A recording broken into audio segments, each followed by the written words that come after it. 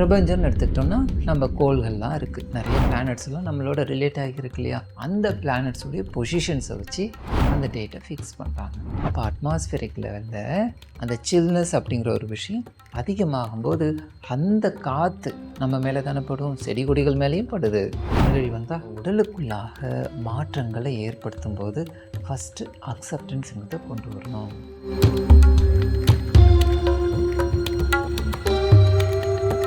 வேதாத்திரி மகர்ஷி இன்னும் கொஞ்சம் நமக்கு வித்தியாசமாக கொடுத்துருக்காங்க. சரி, மந்திரமெல்லாம் இப்போ சொல்ல தெரியறதில்ல, ஏன்னா அதெல்லாம் பர்டிகுலர் கம்யூனிட்டி அப்படின்ட்டு வர கொண்டு போயிட்டாங்க. ஒரு முஸ்லீம் இங்கே இருக்கார், ஒரு புத்திஸ்ட் இங்கே இருக்கார், ஒரு ஹிந்து இங்கே இருக்கார், ஒரு கிறிஸ்டின் இங்கே இருக்கார். எல்லாருமே ஒரே இடத்துல தான் இருக்கோம். அப்போ அந்த உடம்புக்கு காஸ்மோஸு பிரித்து, எப்பா நீ இந்த மதத்தை சேர்ந்தவங்க, நீ இந்த எனர்ஜி வச்சுக்கோ, நீ இந்த மதத்துக்கு எனர்ஜியை பிரித்து அனுப்புதா? மாற்றம் பிரபஞ்சத்தில் ஏற்படுது. பிரபஞ்சம் ஒரு பிரபஞ்சம் தான் எல்லாருக்குமே. நம்மளுடைய கல்ச்சரில் பார்த்தோம்னா நிறைய விஷயங்களை நம்ம ஃபாலோ செய்யணுங்கிறதுக்காக வச்சுருக்காங்க. என்ன மாதிரி விஷயங்கள்? நிறைய இருக்குது, லிஸ்ட் நம்ம நிறைய போடலாம் இல்லையா? ஆனால் அதுலேயும் பொதுவாக எடுத்துக்கிட்டோன்னு சொன்னோன்னா இந்த ஃபங்க்ஷன்ஸ், அதாவது ஃபெஸ்டிவல்ஸ்ன்னு சொல்லுவாங்க இல்லையா? விழாக்கள் அப்படின்னு சொல்லி ஏதாவது ஒரு இதை ஒவ்வொருத்தவங்களுக்கு அங்கங்கே இருக்கிறவங்களுக்கு ஒவ்வொரு விதமாக ஒன்று அமைச்சு கொடுத்து அதை நாம் கடைபிடிக்கணும் அப்படிங்கிற ஒரு விஷயத்த ஒரு கம்பல்சரியாகவே வச்சுருக்காங்க. நாமளும் அதை செய்துட்ருக்கோம். அந்த ஃபெஸ்டிவல்ஸ் எல்லாம் எப்படி நாம் செய்துட்ருக்கோம்? ஃபெஸ்டிவலை ஒரு ஜாலியாக இருக்கணும், ஒரு ஜாலி ஈவெண்ட் அப்படிங்கிற மாதிரி நாம் செய்துட்ருக்கோம். இதுக்கு பின்னாடி என்ன ஒரு கருத்து இருக்கும்? விஞ்ஞானம் இருக்கணும் இல்லையா? எந்த ஒன்று இருந்தாலும் நம்மளுடைய முன்னோர்கள் சொல்லியிருக்கிறதுக்கு பின்னாடி ஏதோ ஒரு விஷயம் இருந்தே ஆகும். அது என்னவாக இருக்கும்? ஒரு கேள்வியாக அதை எடுத்துகிட்டு நம்ம பார்ப்போம். இந்த விழாக்கள் அப்படின்னு சொன்னோன்னா எப்போ வேணாலும் நாம் இஷ்டப்படி செய்யலாமா? அந்த செலிப்ரேஷன் வேறு. எனக்கு பிடிச்ச அன்றைக்கி செய்யறதுங்கிறது பார்ட்டி இல்லையா? ஸோ திடீர்னு இன்னைக்கு ஜாலியாக இருக்குன்னு சொன்னால் அதுக்கும் ஒரு பார்ட்டி. எனக்கு கொஞ்சம் ரொம்ப கடுப்பாக இருக்கேன் அப்படின்னு சொன்னால் அதுக்கும் ஒரு பார்ட்டி. என்ன ஆகுது? தப்பு சொல்ல வரல, அதுக்குள்ளாக இருக்கக்கூடிய நுணுக்கத்தை நாம் யோசித்து பார்த்தாலே நமக்கு நிறைய விஷயங்கள் தெளிவாக வரும். வேதாத்ரி மகரிஷி இந்த விழாக்கள் அப்படிங்கிற ஒரு விஷயத்த திருவிழாக்கள், அதுவும் விழாக்கள்னு சொல்கிறத விட திருவிழாக்கள் அப்படிங்கிறது ஒன்று இருக்கும். திருன்ட்டு எங்கெல்லாம் வருதோ அந்த இடத்துல ஒரு பெரிய விஷயம், அதாவது ஒரு மதிப்புக்குரிய விஷயம், இயற்கையோடு ஒன்றிய ஒரு விஷயத்தை அங்கே உள்ளடக்கியிருப்பாங்க. அதுதான் திருவிழாக்கள் அப்படிங்கிற மாதிரி இருக்கும். இந்த ஃபெஸ்டிவல்ஸ் எல்லாம் வைக்கிறதெல்லாம் பார்த்தோம்னா அவங்க ஒரு குறிப்பிட்ட நாளை நமக்காக எடுத்து கொடுத்துருக்காங்க. இந்த நாளில் தான் செய்யணும். எந்த மதங்களாக வேணாலும் இருக்கட்டும், யோசிச்சு பாருங்கள். நவராத்திரின்ட்டு வைப்பாங்க, தீபாவளின்ட்டு வைப்பாங்க, பொங்கல்ன்ட்டு வைப்பாங்க. அதே இதை எடுத்துக்கிட்டோன்னா கிறிஸ்மஸ்ன்னு சொல்லுவாங்க, ஈஸ்டர் ஹாலிடேஸ் அப்படிங்கிறத சொல்லுவாங்க. இன்னும் ரம்ஜான், மிலாடி நபி, இது போல் மொஹரம், இதெல்லாம் பாருங்கள் ஒரு பர்டிகுலர் நாளில் தான் அதை கொண்டாடணும் அப்படிங்கிற ஒரு விஷயத்தை வச்சுருக்காங்க. எப்போ வேணாலும் கொண்டாடலான்னு வச்சுருக்கலாம் இல்லையா? ஏன் அன்னைக்கு தான் அதை செய்யணும் அப்படிங்கிறத குறிப்பிட்டு வச்சுருக்காங்க. அதுவும் இத்தனை நாளில் செய்யணும். அதுவும் அந்த நாளெல்லாம் என்ன செய்யணும்னு சொல்லுவாங்க?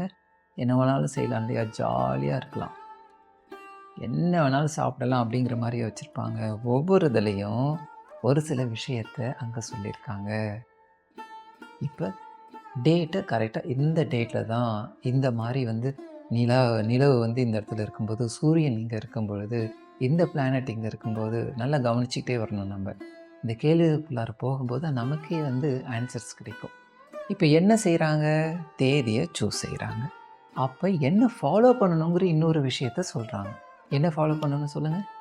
சில நாட்கள் சாப்பிடக்கூடாது, சில விஷயங்களை சாப்பிடக்கூடாது வச்சுருக்காங்களா இல்லையா? அதுவும் விரதம் இருக்கணும்னு கூட சொல்லியிருப்பாங்க. அந்த ஃபாஸ்டிங் இருக்கும்போது என்ன ஆகுது? அடுத்த கேள்வி.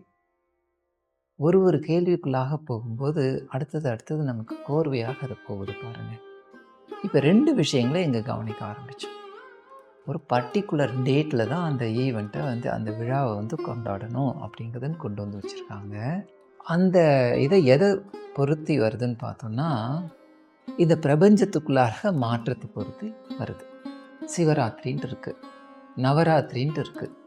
இதுக்குள்ளாக நம்ம போய் பார்த்தோம்னா, அப்படியே நம்மளேருந்து வெளியில் வந்தோம்னா, பிரபஞ்சத்துக்குள்ளாக இந்த நம்மள சுற்றுப்புற சூழல் அப்படிங்கிற ஒரு விஷயம் இருக்கு இல்லையா, அதுவும் பிரபஞ்சம் தானே.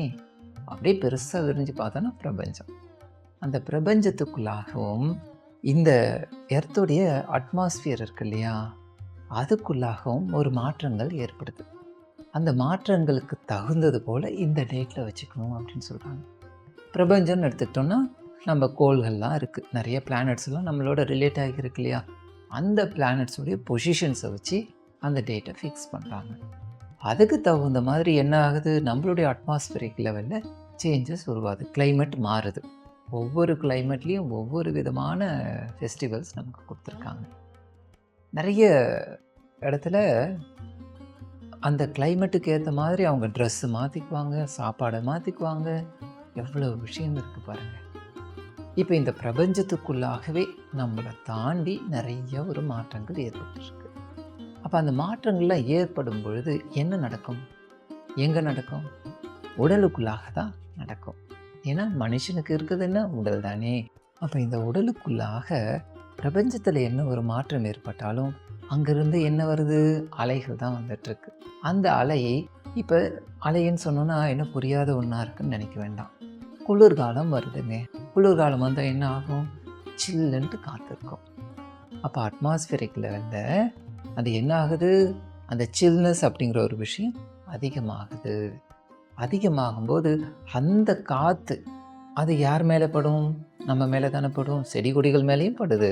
அதுக்கும் வந்து மாற்றங்கள் இருக்குது இல்லையா, சீசனுக்கு தகுந்த மாதிரி தானே பூ பூக்குது, காய்கள் வருது, கனிகள் வருது, எல்லாமே மாறுது பாருங்கள். அதே போல் தான் மனுஷனுக்குள்ளாகவும் அந்த ஒரு மாற்றம் அப்போ சென்ஸ் பண்ணுறோம்.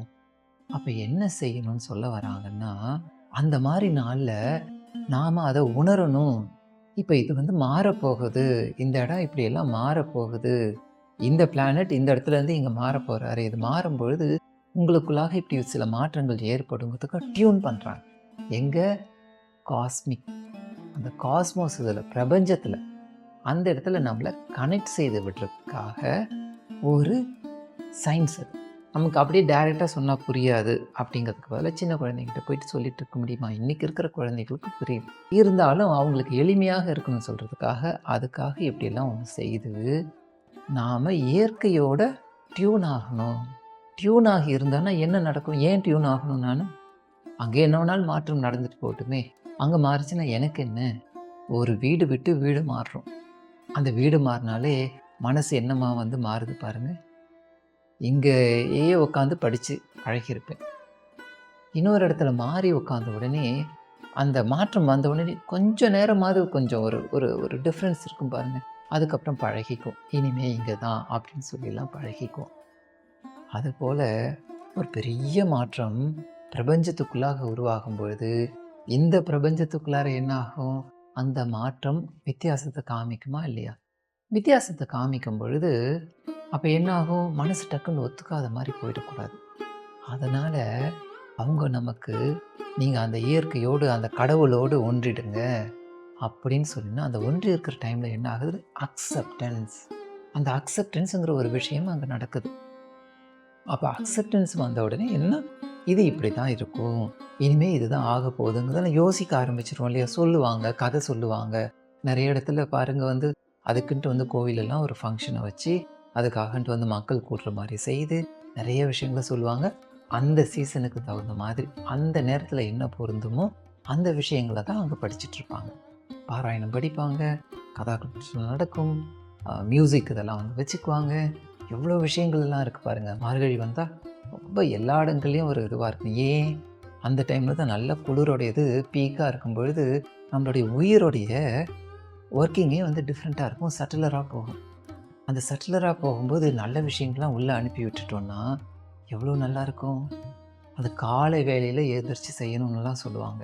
ஏன் சொல்கிறாங்க, அப்போ இன்னும் கொஞ்சம் நமக்கு அந்த ரிசீவிங் கெப்பாசிட்டி நல்லாயிருக்கும் அப்படிங்கிறதுக்காகவே அப்படிலாம் வச்சுருக்காங்க. அப்போ உடலுக்குள்ளாக மாற்றங்களை ஏற்படுத்தும் போது ஃபஸ்ட்டு அக்செப்டன்ஸ்ங்கிறத கொண்டு வரணும். கொண்டு வந்து அடுத்தது என்ன ஆகும்? ரிசீவிங் கெப்பாசிட்டி வந்து அங்கே இருக்கக்கூடிய அந்த சேஞ்சஸ் இருக்கு இல்லையா, அதை நான் ஒத்துக்கிட்ட உடனே நம்ம அதோட வந்து டியூன் ஆகிடுறோம், ஒரு அலைன் பண்ணுறோம். Alignment of the body and environment, cosmos அப்படிங்கிறது தான். இயற்கைக்கும் எனக்கும் ஒரு அலைன்மெண்ட் செய்கிறாங்க. வண்டி ஓடிக்கிட்டே இருக்குது. ஓடிட்டே இருக்கிற வண்டியில் திடீர்னு வந்து ரோடு சிஸ்டம் மாறி போச்சு. ரோடு சிஸ்டம் மாறின உடனே அங்கே குண்டு குழியிலையும் போகுது. போயிட்டு அப்படியே ஓடிட்டுருக்கோம். கொஞ்ச நாள் கழித்து அந்த வீல் வந்து அலைன் பண்ண வேண்டியிருக்கும். அலைன் செய்யலைன்னா என்ன ஆகும்? இது ஒரு பக்கம் ஓடும், அது ஒரு பக்கம் ஓடும். நம்ம வண்டி எங்கே ஓடும்? எங்கேயோ ஓடி போயிடும். அந்த மாதிரி இருக்கக்கூடாதுங்கிறதுக்காக நமக்கும் இயற்கைக்கும் ஒரு ஹார்மோனியஸ் ரிலேஷன்ஷிப், ஒரு அலைன்மெண்ட். பக்காவாக சொல்லணும்னு சொன்னோன்னா அதுக்கும் நம்மளை அலைன் செய்து விடுறாங்க, ஒரு இணக்கத்தை ஏற்படுத்தி விடுறாங்க. 2 பேருக்குள்ளாகவும் நீங்கள் இப்படி பார்த்துக்கோங்க இனிமே அப்படின்னு சொல்கிறதுக்காக அந்த இடத்த மாற்றி விடுறாங்க. இயற்கையை போய் மாற்றிக்க சொல்ல முடியுமா? நமக்கு அந்த பவர் இருந்ததுன்னா அதையும் டாமினேட் செய்திடலாம். ஆனால் நம்மளை எல்லாவற்றையும் இயக்கிட்டு இருக்கிறது யார்? இயற்கை தான், இறைவன் தான் இயக்கிட்டு இருக்கு. அதை போயிட்டு நம்மளால் வந்து நீ இதை மாற்றிக்கோன்னு சொன்னோன்னா மாற்றிக்கிற மாதிரி வேணாலும் நடிக்கும், ஆனால் அதுக்கப்புறம் அது வேறு மாதிரி நமக்கு காமிக்கும். அந்த மாதிரி இல்லாமல் நாம் அதை புரிந்து கொண்டு அலைன் ஆகணும். சரி, மந்திரமெல்லாம் இப்போ சொல்ல தெரியறதில்ல, ஏன்னா அதெல்லாம் பர்டிகுலர் கம்யூனிட்டி அப்படின்ட்டு வர கொண்டு போயிட்டாங்க. ஒரு முஸ்லீம் இங்கே இருக்கார், ஒரு புத்திஸ்ட் இங்கே இருக்கார், ஒரு ஹிந்து இங்கே இருக்கார், ஒரு கிறிஸ்டின் இங்கே இருக்கார். எல்லாருமே ஒரே இடத்துல தான் இருக்கோம். அப்போ அந்த உடம்புக்கு காஸ்மோஸு பிரித்து, எப்பா நீ இந்த மதத்தை சேர்ந்தவங்க, நீ இந்த எனர்ஜி வச்சுக்கோ, நீ இந்த மதத்துக்கு எனர்ஜி பிரித்து அனுப்புதா? மாற்றம் பிரபஞ்சத்தில் ஏற்படுது. பிரபஞ்சம் ஒரு பிரபஞ்சம் தான் எல்லாருக்குமே.